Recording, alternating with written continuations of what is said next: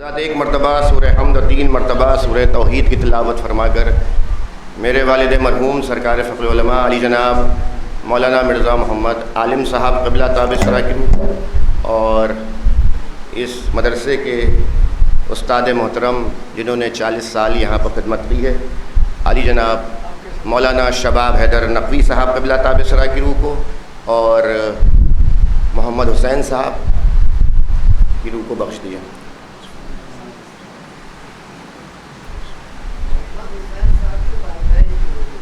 محمد حسین صاحب کے والدین کی روح کو بخش دیا۔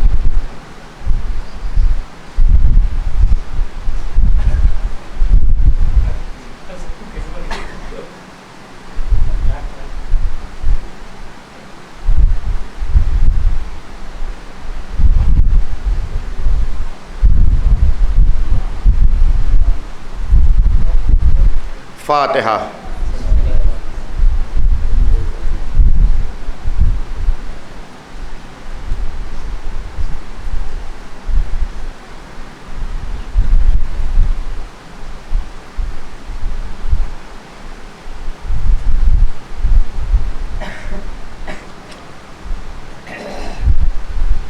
اعوذ باللہ السمیع العلی العظیم من الشیطان اللعین الرجیم، بسم اللہ الرحمن الرحیم، الحمد للہ رب العالمین، الصلاة والسلام علی اشرف الانبیاء والمرسلین والشفیع المذنبین ابی القاسم محمد وعلی اہل بیتہ الطیبین الطاہرین المعصومین المظلومین من یومنا ھذا الی قیام یوم الدین، اما بعد فقد قال اللہ حق سبحانہ تبارک و تعالی و محکم کتابہ المجید و فرقان الحمید وقول الحق، بسم اللہ الرحمن الرحیم، قد جاءکم من اللہ نور و کتاب المبین۔ صلوات بھیجیے محمد والے۔ برادران ایمانی، محبان آل محمد، ماتمداران امام حسین مظلوم کربلا، دوستداران غالب کل غالب، مطلوب کل طالب، امیر المومنین حضرت علی بن ابی طالب علیہ الصلاۃ والسلام،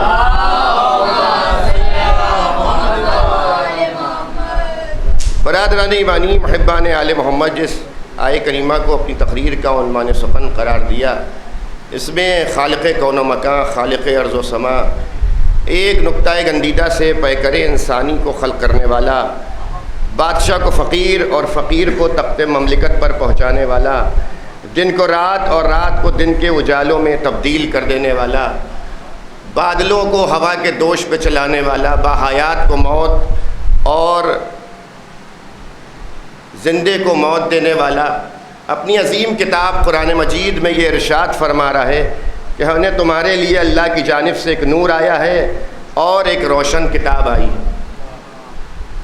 ظاہر ہے آپ حضرات کو مجھ سے زیادہ اس چیز کا علم ہے، آشنا ہے قرآن مجید سے، یہ مدرسہ ہے کہ قرآن سے مراد کتاب ہے اور نور سے مراد محمد و آل محمد علیہ الصلاۃ والسلام۔ ایک اور صلوات بھیجو۔ نور سے مراد اہل بیت اطہار ہیں اور قرآن سے مراد، کتاب سے مراد قرآن ہے۔ برادران ایمانی، محبان آل محمد، قرآن اور نور یہ دونوں ہمیشہ ساتھ ساتھ رہیں گے یہاں تک کہ حوض کوثر پر جام نہ ملے، اس وقت تک یہ نور بھی ساتھ رہے گا، یہ قرآن بھی ساتھ رہے گا۔ برادران ایمانی، محبان آل محمد، قرآن قصیدے پڑھ رہا ہے اہل بیت نبی کے، قرآن کی ہر آیت اہل بیت نبی کا قصیدہ پڑھ رہی ہے، اور اسی قرآن میں ہے الف لام میم ذالک الکتاب لا ریب فیہ ھدی للمتقین، یہ کتاب متقین کی ہدایت کر رہی ہے۔ کہیں پر ملا کہ یہ کتاب عالمین کی ہدایت کے لیے ہے، کہیں پر مل رہا ہے یہ کتاب متقین کی ہدایت کر رہی ہے۔ برادران ایمانی، یہ کتاب ہماری ہدایت کے لیے آئی ہے اور یہ کتاب صبح قیامت تک کے لیے ہماری ہدایت کرتی رہے گی۔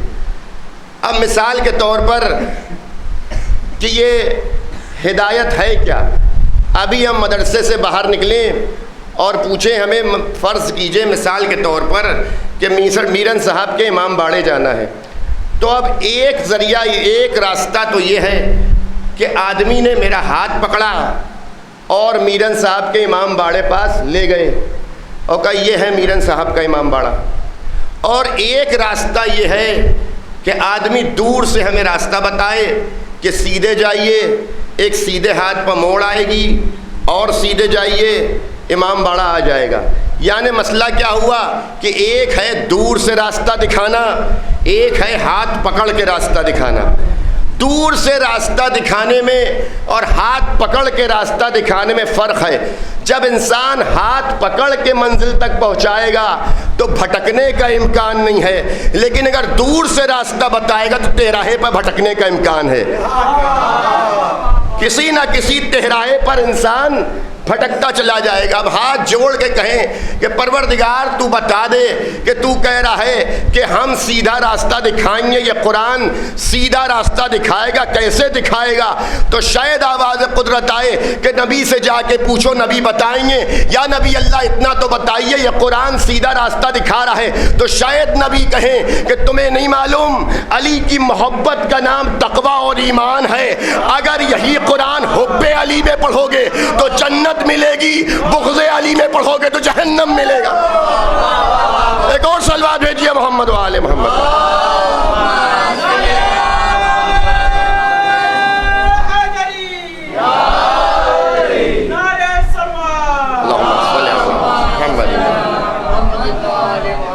یعنی حب علی میں اگر یہ قرآن پڑھا جائے تو در جنت تک پہنچائے گا۔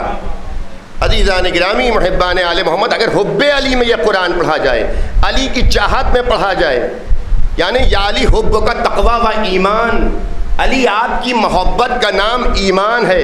جملوں کو بدل کے کہوں کہ اگر ایمان کے ساتھ پڑھا جائے گا تو جنت ملے گی، بے ایمانی سے پڑھا جائے گا تو جہنم ملے گا۔ ایک اور صلوات بھیجیے محمد و آل محمد۔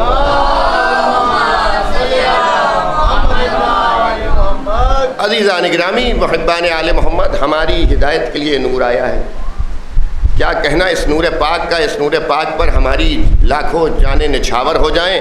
یہ نور پاک اتنا معجز نما نور ہے کہ اگر آدم کے پاس آ جائے تو علم دے دے، نوح کے پاس آ جائے تو تقویٰ دے دے، اگر موسیٰ کے پاس آ جائے تو ہیبت دے دے، عیسیٰ کے پاس آ جائے تو زہد دے دے، ابراہیم کے پاس آئے تو خلت دے دے، اگر یہی نور داؤد کے پاس آئے تو معجزہ عطا کرے، یہی نور اگر یعقوب کے پاس آئے تو گریہ عطا کرے، یوسف کے پاس آئے تو یوسف کو حسن جمال بنا دے، یہی نہیں ہے حضور کے پاس آئے تو کمال عطا کر دے۔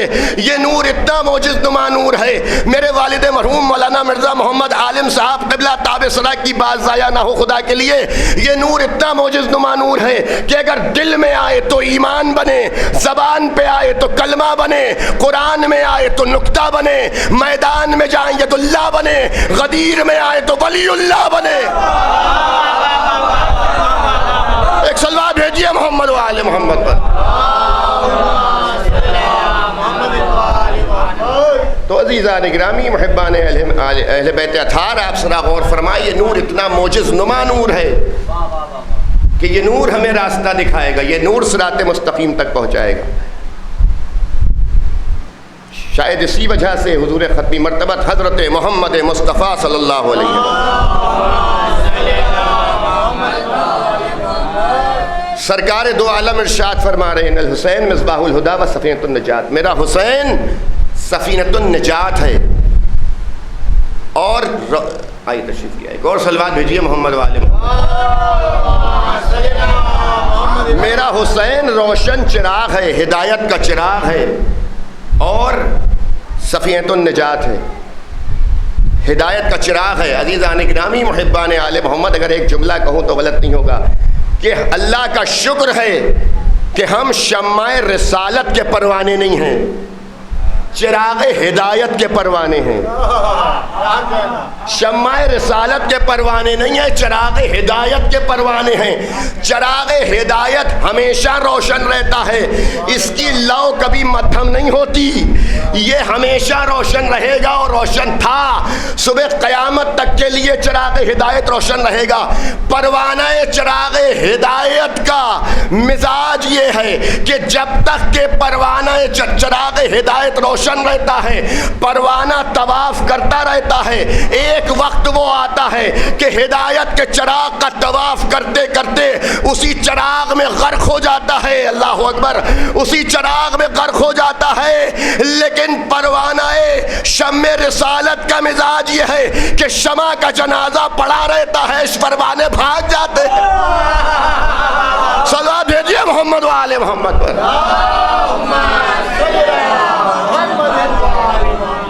ہدایت کا چراغ اور ہے اور شمع رسالت کا پروانہ اور ہے۔ عزیزان گرامی، محبان آل محمد، دیکھیے جب چراغ جل رہا ہو، ہدایت کے چراغ کا فلسفہ کیا ہے کہ چراغ یہ ہدایت کا ہے، اس کی لو کبھی مدھم نہیں ہوتی، یہ ہمیشہ روشن رہے گا، صبح قیامت تک کے لیے یہ روشن رہے گا۔ اللہ نے اپنے نور سے اس کو روشن کیا ہے۔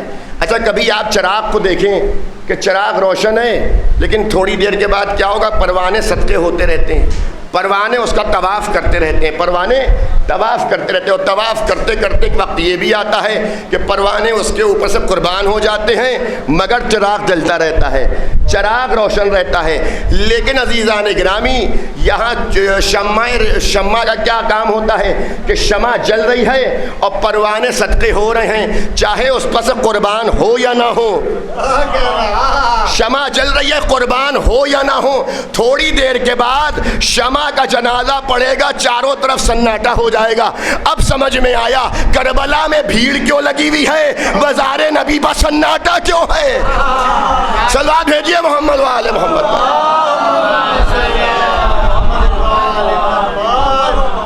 چراغ ہمیشہ جلتا رہتا ہے اور پروانے اس پر سے طواف کرتے کرتے قربان بھی ہو جائیں، لیکن چراغ کی لو کبھی کم نہیں ہوتی۔ لیکن شمع بجھ جائے گی، پروانے فرار اختیار کر لیں گے۔ عزیزان گرامی، محبان آل محمد، آپ ذرا غور فرمائیں کہ یہ مجلس، یہ ماتم ہم نے کیوں رکھا، کیسے یہ مجلس۔ سب سے پہلے مجلس و ماتم کی ابتدا جو کی ہے بی بی زینب صلوات اللہ علیہا، ایک سو صلوات بھیجیے محمد والے۔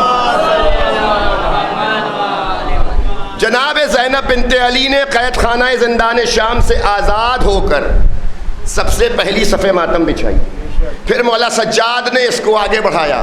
عزیزان گرامی، ایک جملہ کہیں تو شاید غلط نہ ہو، جو دین اسلام کو بچا لے اسے دین کہتے ہیں، نہیں جملہ بدل کے کہوں، جو دین اسلام کو نہیں، جو کربلا کو بچائے اسے سجاد کہتے ہیں۔ سید سجاد ہیں، مولا سجاد نے کربلا کو ہمیشہ صبح قیامت تک کے لیے زندہ جاوید رکھا ہے۔ حسین ابن علی نے تو دین اسلام کو بچایا ہے۔ برادران ایمانی، صف ماتم سب سے پہلے بی بی زینب بنت علی نے بچھائی، اور جب بی بی زینب بنت علی نے بچھا لی صف ماتم تو گریہ ازاری آج تک ہو رہی ہے، صبح قیامت تک ہوتی رہے گی۔ پروردگار عالم ارشاد فرما رہا ہے کہ اے حسین تم میرا ذکر کرو، ہم تمہارا ذکر کریں گے۔ اے حسین تم میرا ذکر کرو، ہم تمہارا ذکر کریں گے۔ اچھا پروردگار تو کیسے حسین کا، حسین نے تو خنجر تلے تیرا ذکر کر دیا، لیکن تو حسین کا ذکر کیسے کرے گا؟ تو پروردگار جواب دے گا کہ ہم ایسی قوم کو خلق کریں گے جس کے جوان جوانوں کو روئیں گے، جس کے بوڑھے بوڑھوں کو روئیں گے، جس کی عورتیں عورتوں کا ماتم کریں گی، جس کے بچے بچوں کا ماتم کریں گے۔ ہم ایسی قوم کو خلق کریں گے جس کے جوان جوانوں پر، ہم تو جسمانیات رکھتے نہیں ہیں، نہ ہاتھ پیر رکھتے ہیں، نہ آنکھیں رکھتے ہیں، نہ سینہ رکھتے ہیں، نہ جسم رکھتے ہیں، ہم تو جا نہیں سکتے فرش عزا پر۔ تو ایسی قوم خلق کریں گے جو زندگی بھر حسین کا ذکر کرتی رہے گی، صبح قیامت تک حسین کا ذکر کرتی رہے گی۔ ہم تیار اسے اسی لیے کریں گے کہ حسین نے ہمارا ذکر کیا ہے، ہم حسین کا ذکر کریں گے، ہم تو فرش عزا پر جا نہیں سکتے، تو ہم قوم کو خلق کریں گے، اور قوم کی ذمہ داری یہ ہوئے گی کہ ہم تمہارا ذکر کریں گے، تم میرا کام کرتے رہو، ہم تمہارا کام کرتے رہیں گے، تم مجلس حسین بچھاتے رہو، فرش عزا بچھاتے رہو، ہم تمہارا کام کرتے رہیں گے، ہم تمہارے پاس رزق کی کمی نہیں ہونے دیں گے، ہم تمہارے پاس طاقت کی کمی نہیں ہونے دیں گے، ہم تمہارے پاس وقت کی تنگی نہیں ہونے دیں گے، ہم تمہارے پاس مال و دولت کی کمی نہیں ہونے دیں گے۔ اب سمجھ میں آیا یہ مجلس اور یہ ماتم، یہ گریہ زاری، رات رات بھر جاگ کے شب داریاں جو ہوتی ہیں، یہ ہماری طاقت نہیں ہے۔ وجہ کیوں ہے؟ اس کی وجہ صرف اتنی سی ہے کہ یہ کوئی ہمارا ذاتی پروگرام نہیں ہے، مشیت پروردگار ہے۔ ایک اور صلوات بھیجیے محمد و آل محمد پر۔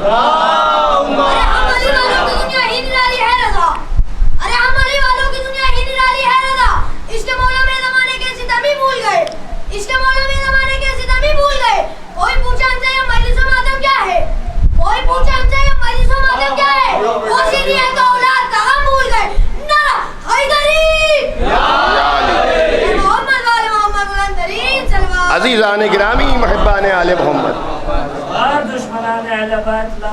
بے شک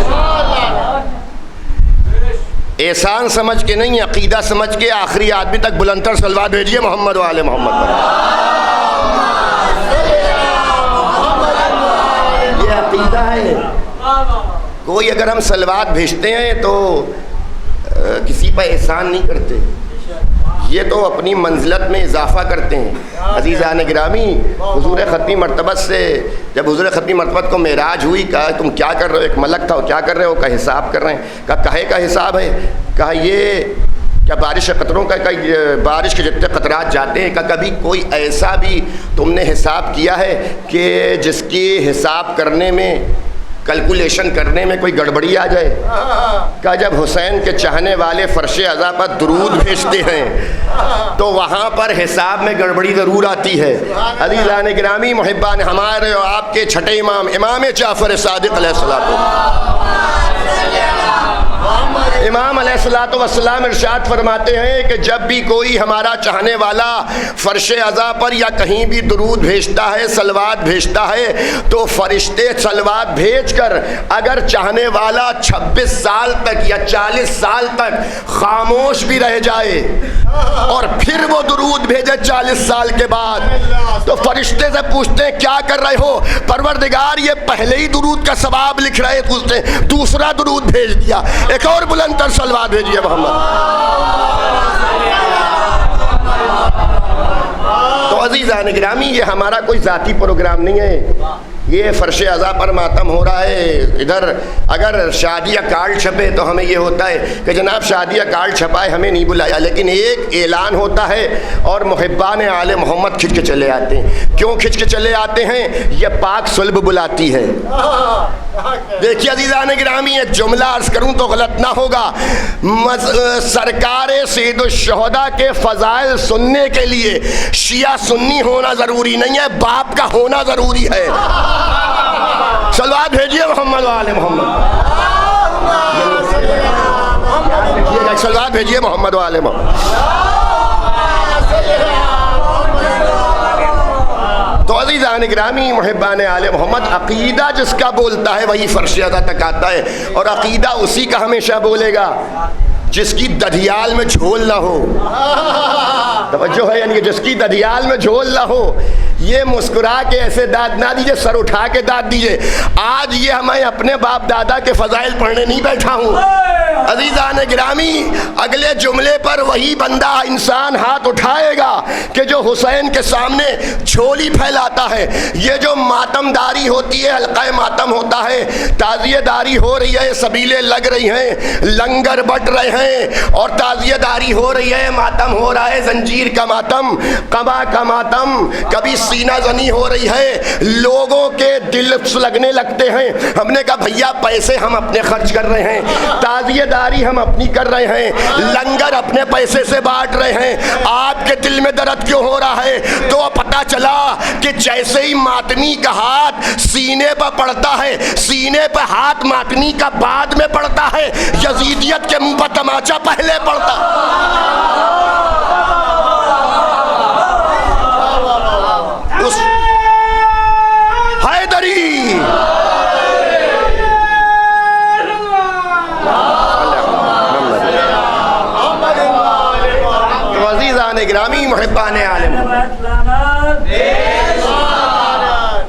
یہ جو مجلس و ماتم ہے ادھر رضا خانہ، یہ چراغ ہدایت ہے، یہ تعزیہ نہیں ہے، اس کو تعزیہ نہ سمجھیے گا، یہ چراغ ہدایت ہے، یہ ہمیشہ روشن رہنے والا ہے در نسل۔ یہ اور بات ہے کہ محرم میں اس کی لو مدھم ہو جاتی، تجلی پاتی ہے سال بھر وہ لو مدھم، لیکن چراغ کبھی بجھتا نہیں ہے۔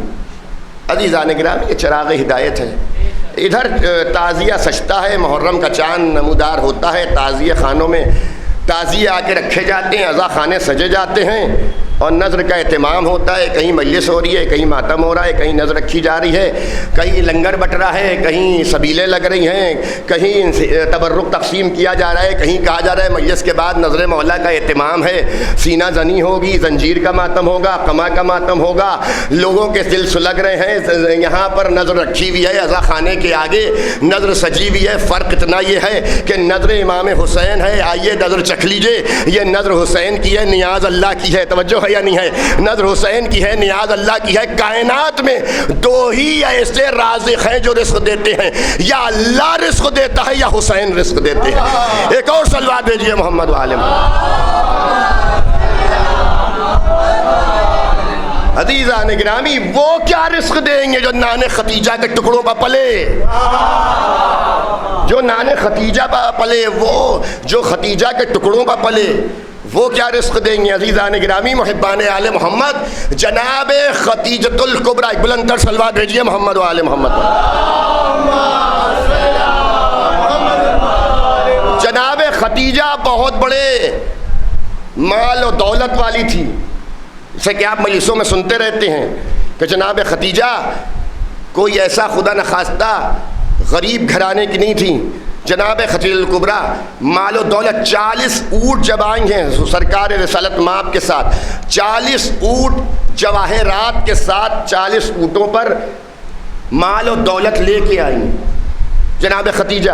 اور جب جناب ختیجہ آئیں تو کسی کو نہیں معلوم ہوا، کفاران مکہ میں، کفاران قریش میں، کہ نبی کی شادی ختیجہ کے ساتھ ہو گئی ہے۔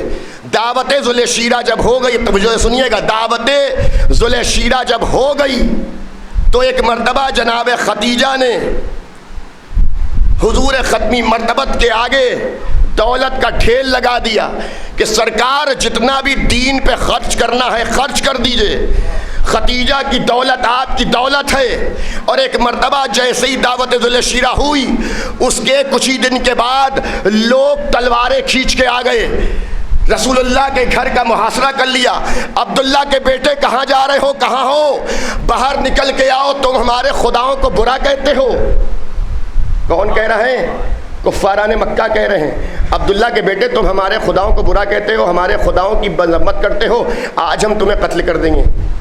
ہزاروں کافر تلواریں کھینچے ہوئے، کس کا گھر گھیرے ہوئے ہیں؟ رسول اللہ کا گھر گھیرے ہوئے۔ عبداللہ کے بیٹے باہر آؤ، رسول اللہ نہیں، کیونکہ مانتے ہوتے تلواریں کو کھینچ کے لاتے، توجہ ہے یا نہیں ہے؟ مانتے ہوتے تو تلوار کو کھینچ کے آتے۔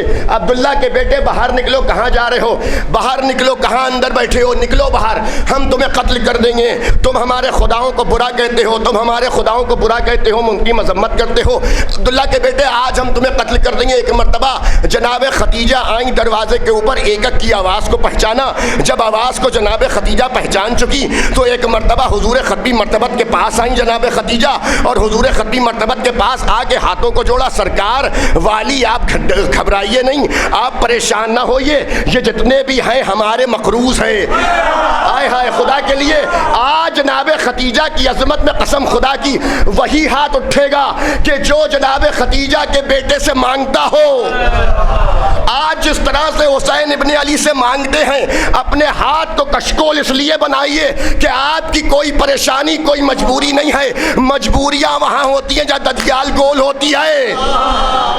اس جملے پر خدا کے لیے بیدار ہو کے سنیے گا۔ ایک مرتبہ ہاتھوں کو جوڑا جناب ختیجہ نے، آواز دی بلند کی، اے سرکار آپ پریشان نہ ہوئیے، آپ گھبرائیے نہیں، ابھی دیکھیے میں جا کے سب کو واپس پلٹا دیتی ہوں۔ ایک مرتبہ جناب ختیجہ آئیں دروازے پر، ایک ایک کے کان لگا کے ایک ایک کی آواز پہچانی، اس کے بعد فلاں ابن فلاں، او فلاں ابن فلاں، او فلاں ابن فلاں، او فلاں ابن فلاں، تو میرا قرضدار ہے، تو یاد کر فلاں وقت میں میرے تیرے دروازے پہ آیا تھا اور تم نے ہم سے کہا تھا کہ پیسہ دے دو, ہمیں کھانا کھانا ہے, ہم نے تمہیں پیسہ دیا, فلاں ابن فلاں آج تو میرے دروازے پہ آیا ہے, تو یاد کر وہ وقت کہ جب تو میرے دروازے پہ آیا تھا تو میں نے تیرے فاقوں کو توڑوایا تھا. اے فلاں ابن فلاں تو میرا کنیز کا بیٹا ہے, اے فلاں ابن فلاں تو میرا غلام کا بیٹا ہے. ایک مرتبہ جب سب نے سن لیا کہ یہ شہزادی ختیجہ بول رہی ہیں, کہ شہزادی ہاتھ جوڑ کے آپ سے عرض کر رہے ہیں خطا ہو گئی,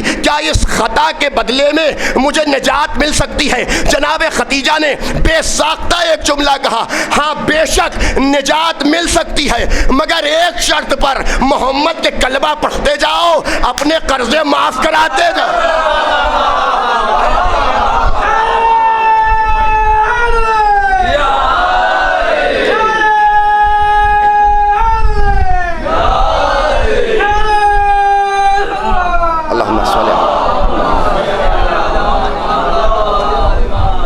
عزیزان گرامی محبان آل محمد, جب یہ واقعہ ہو گیا تو جناب ختیجہ کا جب گھر معلوم ہوا تو عورتیں آتی تھیں تان انچر کرنے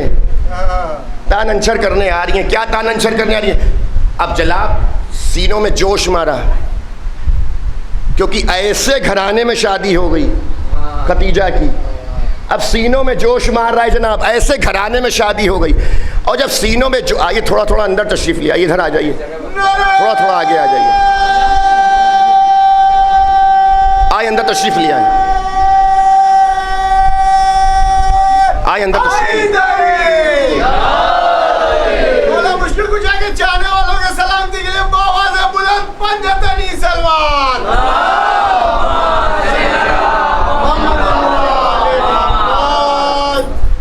عزیزان گرامی دیکھیے, عزا خانے سے دور نہ بیٹھا کیے, اس لیے عزا خانے سے دور وہ بیٹھتا ہے جسے اپنے شجرے پر شک ہو. تو عزا خانہ جب مجلس ہوا کرے تو عزا خانے کے قریب آ کے بیٹھا کیے, دور نہ بیٹھا کیے. الحمدللہ ماشاءاللہ سبحان اللہ, آپ کا شجرہ طیبہ سے بہت سے سعادات ایسے جا کے ملتا ہے. خدا نخواستہ آپ کے شجرے پر شک وہ کرے جس کے شجرے میں خود کھوٹ ہو. تو لہٰذا عزا خانوں میں آ کے بیٹھا کیجئے, ادھر کافی جگہ ہے, تھوڑا تھوڑا آگے تشریف لے آئیے. ایک اور صلوات بھیجیے محمد وآل محمد پر, آئے آگے تشریف لے.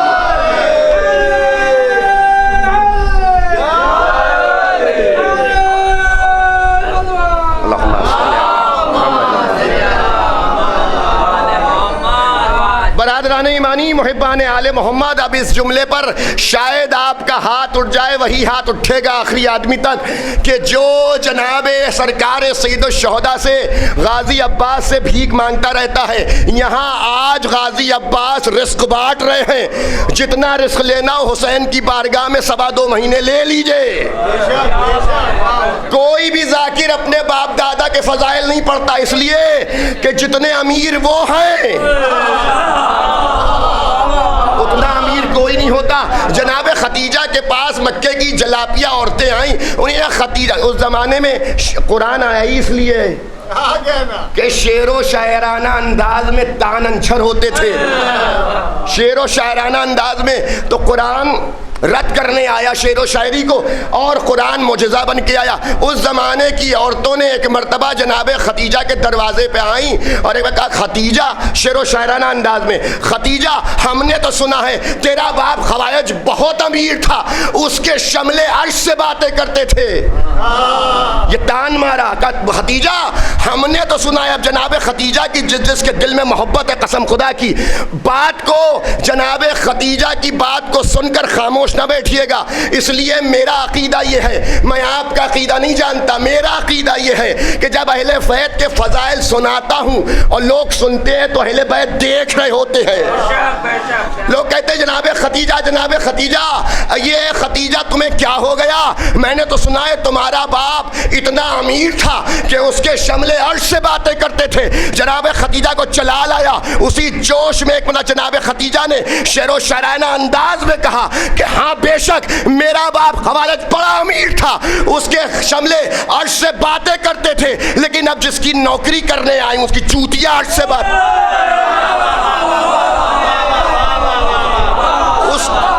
اس کی چوتیاں عرش سے باتیں کریں. یہ جناب خدیجہ کا ایمان بولا ہے. یہ ایمان نہیں ہے تو اور کیا ہے عزیزان گرامی؟ یہ صاحب ایمان بن کے فرش عزا پر جو مجلس ماتم کرتے ہیں برادران ایمانی، یہ جناب خدیجہ کی دین ہے. دولت کھول دی سرکار، یہ آپ کی دولت ہے.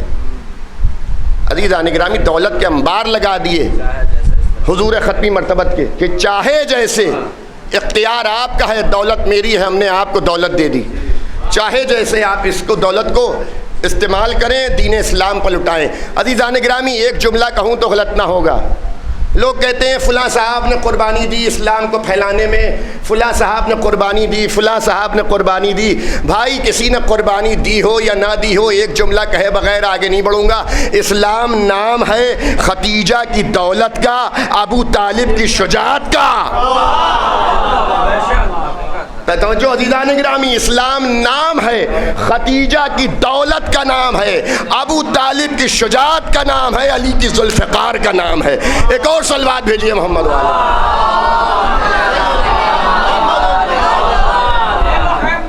برادران ایمانی محبان آل محمد، یہ مجلس اور یہ ماتم یہ ہماری روح ہے، روح زندگی ہے. رزق علم یہاں سے فراہم ہوتا ہے. یہ مدرسے ہیں، یہ چراغ ہدایت ہے. یہ تعزیہ فقط نہیں ہے، چراغ ہدایت ہے. عزیزان گرامی جب 2.25 مہینے آتے ہیں تو یہ چھوٹے چھوٹے مدرسے لگ جاتے ہیں. یہ آقا حسین کی ہدایت کے مدرسے ہیں. برادران ایمانی محبان آل محمد، ایک جملہ عرض کروں، کہاں ان کی برابری کوئی کر سکتا ہے اہل بیت کی؟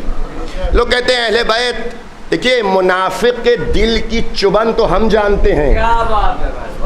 رسول ہمارے جیسے، ہم رسول کے جیسے، رسول اما بھیا وہ ہمارے جیسے کہاں ہو سکتے ہیں، ہم ان کے جیسے کہاں ہو. ہمارا پسینہ رطوبت کہلاتا ہے، نبی کے پسینے سے یوسف جیسے حسین بنتے. ہائے ہائے، ہمارا پسینہ رطوبت کہلاتا ہے، وہاں یوسف جیسے حسین و جمیل بنتے ہیں. منافق بھی جانتا ہے کہ نبی ہمارے جیسے نہیں ہیں، مگر اگر کہہ دے نبی ہمارے جیسے، منافق بھی جانتا ہے نبی ہمارے جیسے، لیکن کہتا اس لیے ہے کہ اگر مان لیں کہ نبی نورانی ہیں تو بھی کہنا پڑے گا کہ ابراہیم نے بھی پوچھا تھا کہ پروردگار یہ کس کا نور ہے؟ کہا یہ آخری دور میں ایک نبی آئے گا، یہ اس کا نور ہے. یہ اس کے نور کے پاس ایک بڑا نور کیسا ہے؟ تو بھی بتانا پڑے گا یہ اس کے وسیع کا نور ہے. بھی بتانا پڑے گا علی بھی نورانی ہے.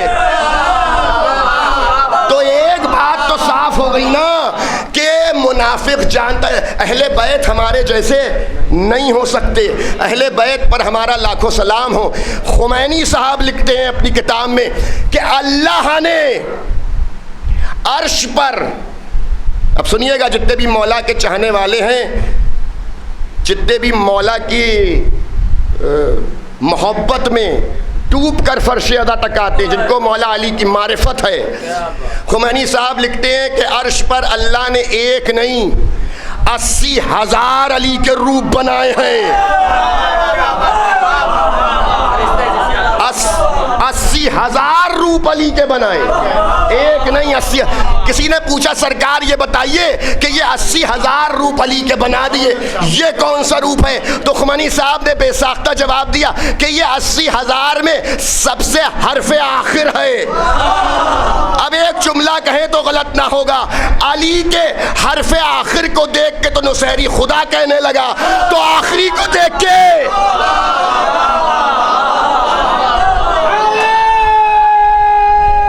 حیدری.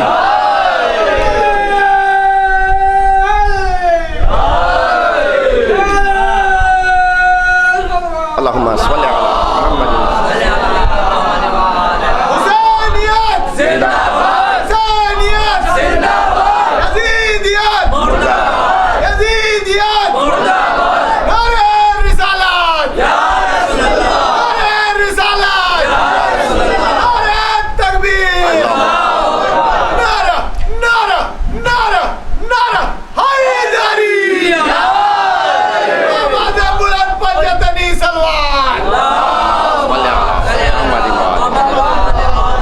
خدا آپ حضرات کو سلامت رکھے.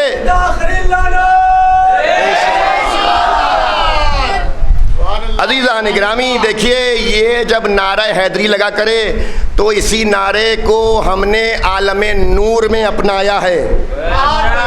غلط تو نہیں کہہ رہا ہوں. اسی نعرے کو اللہ نے وحدانیت کو پیش کیا، ہم نے مانا.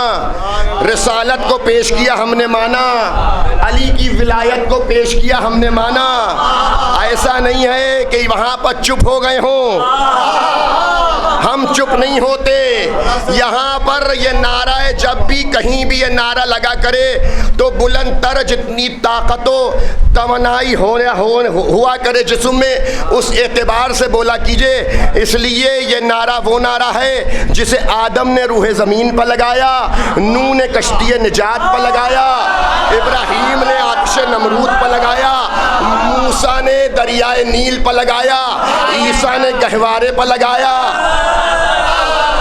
آدم کہتے ہیں کہ یہ میرے استاد کا نعرہ ہے، نوح کہتے ہیں یہ میرے آقا کا نعرہ ہے، ابراہیم کہتے ہیں یہ میرے سردار کا نعرہ ہے، محراب کہتی ہے کہ یہ میری شان کا نعرہ، کعبہ کہتا ہے میرے مولود کا نعرہ. توجہ، کعبہ کہہ رہا ہے میرے مولود کا نعرہ، نماز کہہ رہی ہے میری شان کا نعرہ، سجدہ کہہ رہا ہے میری معراج کا نعرہ، منبر کہہ رہا ہے میرے خطیب کا نعرہ، ذوالفقار کہہ رہی ہے کہ میرے نوجوان کا نعرہ، میدان کہہ رہا ہے میرے فاتح کا نعرہ، ماں نے کہا میری آغوش کا نعرہ، ابو طالب نے کہا میرے ایمان کا نعرہ، رسول نے کہا میرے وسیع کا نعرہ، خدا نے کہا میرے پروردگار کا نعرہ. دیکھیں جملہ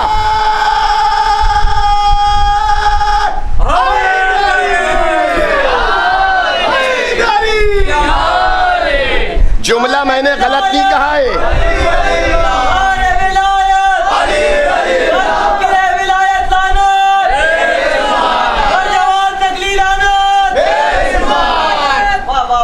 عزیزان گرامی محبان آل محمد، علی کے نام کے معنی ہے بلند کے. علی کا نام بھی علی ہے، تو اگر خدا کہہ دے میرے خدا کا نام، اس میں حیرت کی بات کیا ہے؟ صلوات بھیجیے محمد و آل محمد. جس نے اپنے معجزے دکھا کر جو نصیریوں کا خدا بن جائے. علی کے نام کے معنی ہے بلند کے، علی کے نام کے معنی ہے بلند کے. اب جملوں کو بدل کے کہوں کہ علی کا نام بھی بلند ہے، علی کا کام بھی بلند ہے.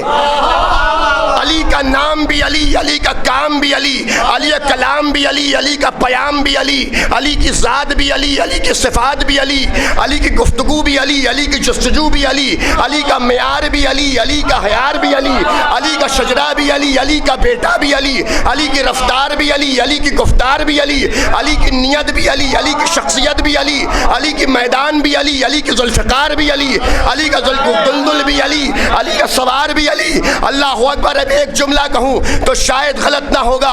علی اس بلند ترین شخص کو کہتے ہیں، علی اس نورانی معیار کو کہتے ہیں کہ علی کی ذوالفقار بھی علی ہے، علی کا ذوالجناح بھی علی ہے، علی کی ماں بھی علی ہے، علی کا باپ بھی علی ہے، علی کا نبی بھی علی ہے، علی کا خدا بھی علی.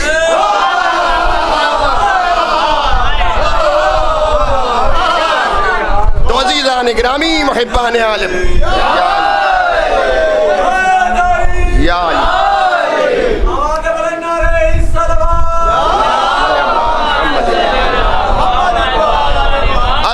گرامی محبان آل محمد، آپ ذرا غور فرمائیں کہ جناب خوئی صاحب، سرکار خوئی صاحب کا آپ حضرات مجھ سے زیادہ بہتر جانتے ہیں. سرکار خوئی صاحب کے دور میں بلایا گیا کس کو؟ سعودی عرب کے بادشاہ کو. اب جملہ غور سے سنیے گا، جملہ ضائع نہ ہو.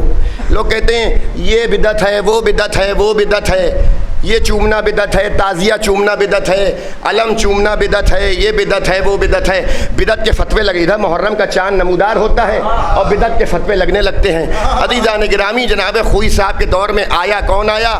بادشاہ وقت آیا. کہاں کا بادشاہ؟ سعودی عرب کا بادشاہ وقت. جیسے ہی آیا، خوئی صاحب بیٹھے تھے کہ ایک مرتبہ اس نے چاہا کہ جلدی سے جا کے خوئی صاحب سے ہاتھ ملا لیں. جیسے ہی ہاتھ ملانے کے لیے آگے بڑھا، انہوں نے جیب میں ہاتھ ڈالا، چھوٹا سا قرآن نکال لیا. ہائے ہائے ذرا سا بیدار ہو کے سنیے گا. مولا کے چاہنے والے بیٹھے ہیں یہاں. اگر یہاں نہ سناؤں گا تو کہاں سناؤں گا. یہاں داد نہ ملے گی تو کہاں ملے گی. توجہ ہے یا نہیں ہے؟ پوری توجہ. آخری آدمی تک جتنے بھی آدمی ہیں جو بھی مولا علی سے بھیک مانگتے ہیں, قسم خدا کی اس جملے پر خاموش نہ ہوئیے گا. آج جو مانگنا ہو علی ابن ابی طالب سے مانگ لیے, فرش عزا پر میرا عقیدہ ہے. ایک مرتبہ جیسے ہی بادشاہ وقت آیا کہ خمینی صاحب سے ہاتھ ملائے مصافیہ کریں, خمینی صاحب نے جیب میں ہاتھ ڈالا, چھوٹا سا قرآن نکالا. جیسے ہی اس نے چاہا قرآن کے بوسے لیں, خمینی صاحب نے قرآن کو پیچھے کر لیا. کہا سرکار یہ کیا بات ہے, ہم تو قرآن کو بوسا دینا. کہا ہم نے تمہیں بہت بڑی بدعت سے بچا لیا. کہا کیسی بدعت سے بچا لیا؟ کہا یہ چمڑا ہے اندر قرآن ہے. کہا نہیں, ہم تو چمڑا چوم رہے تھے, اندر والے قرآن کو چوم لیتے ہیں. گویا چمڑا چوم کے اندر. خمینی صاحب نے کہا کہ بس یہی تو تمہیں سمجھانا چاہتے ہیں. جس طرح سے ہم چمڑا تم چوم رہے ہو, گویا اندر کے قرآن کو چوم رہے ہو. ہم ذریعے رسول کو چومتے ہیں, ذریعے رسول کو نہیں چومتے, اندر والے رسول کو اندر والے رسول کو چومتے ہیں. برادران ایمانی, آج فتوے لگتے ہیں یہ علم کو چوم رہے ہیں, یہ تابوت کو چوم رہے ہیں. ہمیں بھیا یہ نسبت ہے, اسے نسبت کہتے ہیں. جس طرح سے قرآن, ابھی ماہ رمضان آئے گا, رمضان میں آپ دیکھیں گے قرآن اٹھا دیے تو ہوگا کیا, آدمی قرآن اٹھائے گا, چومے گا, دے دے گا. ہم کہیں یہ کیسے دے رہے ہیں؟ قرآن اٹھائیے, جزدان سے نکالیے اور آپ کھولیے, قرآن کو بوسا دیے. کہ آپ سمجھے نہیں, یہ نسبت کہی جاتی ہے. جس طرح سے وہاں پر نسبت ہے, تو اگر علامہ عباس کو چوم لیا, چاہے چھڑ کو چومے, چاہے پھریرے کو چومے. عزیزان گرامی, محبان آل محمد, دیکھیے بہت سے ایسے لوگ ہیں جو مجھے سنتے رہتے ہیں. آخری آدمی تک لوگ بیٹھے ہوئے ہیں جنہوں نے میرے اشرے میں سنا ہے, اور میں ان سے پھر یہ بات کہہ دوں یہاں پر کہ یاد رکھیے کہ ہم جو چومتے ہیں وہ اس لیے نہیں چومتے کہ ہمیں چوم کے جنت ملے گی. ہم یہ علم کو چومیں, تابوت کو چومیں, پھریرے کو چومیں, ہمیں چومنا. ہم شوق جنت میں یہاں آتے ہیں, نہ خوف جہنم میں یہاں آتے ہیں. ہمیں تو ایک پاکیزہ خون ہے جو یہاں لاتے ہیں. صلوات بھیجیے محمد وآل محمد.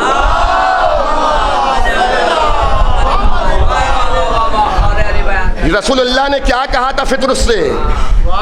یہی تو کہا تھا کہ جاؤ اس کو جبریل گہوارے سے مس کر دو. عزیزان گرامی, قوت گویائی چھن جائے قسم خدا کی اگر ممبر میں بیٹھ کے جھوٹ بول رہا ہوں. جب رسول نے یہ کہا کہ جا کے اسے گہوارے حسین سے فطرس کو مس کر دو, حسین اس وقت تک گہوارے میں آئے نہیں تھے. ہائے ہائے, حسین وہاں نہ آئے تو بالوں پر مل جائیں. اور اگر ہم تعزیے کو چوم لیں تو ہماری دعائیں مستجاب کیوں نہ ہو. صلوات بھیجیے محمد وآل محمد.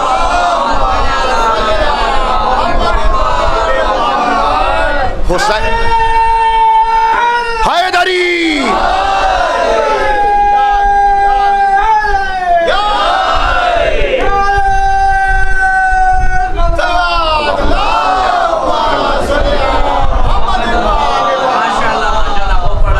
برادران ایمانی, محبان آل محمد, آپ ذرا غور فرمائیں کہ حسین ابن علی کو اللہ نے 50 صفات دی ہیں. بس اپنی بات تمام ہے. حسین ابن علی کو اللہ نے 50 صفات دی ہیں. نہ کسی مزار والے کو دی ہیں. جملہ سنیے گا آخری آدمی تک جو مجھے سنتے رہتے ہیں. نہ کسی مزار والے کو دی ہیں, نہ کسی یاری کو دی ہیں, جو ہے یا نہیں ہے, نہ کسی پیر مرشد کو دی ہے, نہ کسی معصوم کو دی ہے, نہ کسی نبی کو دی ہے, نہ کسی رسول کو دی ہے, نہ کسی اولو العزم کو دی ہے, نہ کسی شہید کو دی ہے, نہ کسی حجت کو دی ہے. اللہ نے اکیلے جو صفات دی ہیں 50 صفات صرف اکیلے حسین کو دی ہیں. اور اس کی پہلی صفت یہ ہے, آخری آدمی تک جو میرے سننے والے ہیں, خدا کے لیے ہاتھ جوڑ کے عرض کر رہا ہوں, جو حسین کے سامنے بھیک مانگتے ہیں, اس جملے پر بھی ہاتھ اٹھا کے بھیک مانگیے گا حسین سے کہ حسین کو جو اللہ نے 50 صفات دی ہیں اس میں سے پہلی صفت یہ ہے کہ حسین کسی کو ملنے نہیں چاہتے, ہر حجت حسین کو ملنے آتی ہے.